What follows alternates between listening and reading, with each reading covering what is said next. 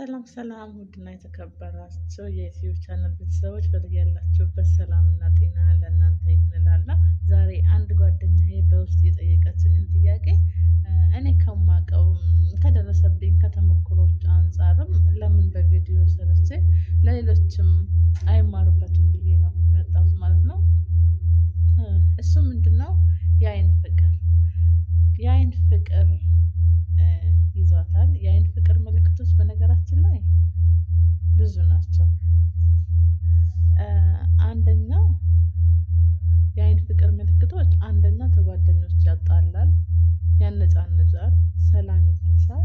እንዲሁም ደግሞ የአይን ፍቅር የያዛቸው ሰዎች ስቶሪ ላይ አሻንጉሊት ያደርጋሉ።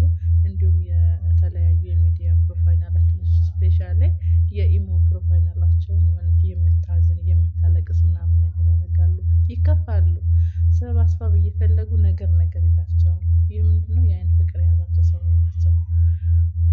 እና ወደ መፍትሄው ስንሄድ ማፍቀር መታደል ነው። ፍቅር ማለት ከእግዚአብሔር የሚሰጥ ትልቅ ጸጋ ነው። ፍቅር ለአፍቃሪው ቀላል ነው፣ ለተቀባዩ ግን ከባድ ነው።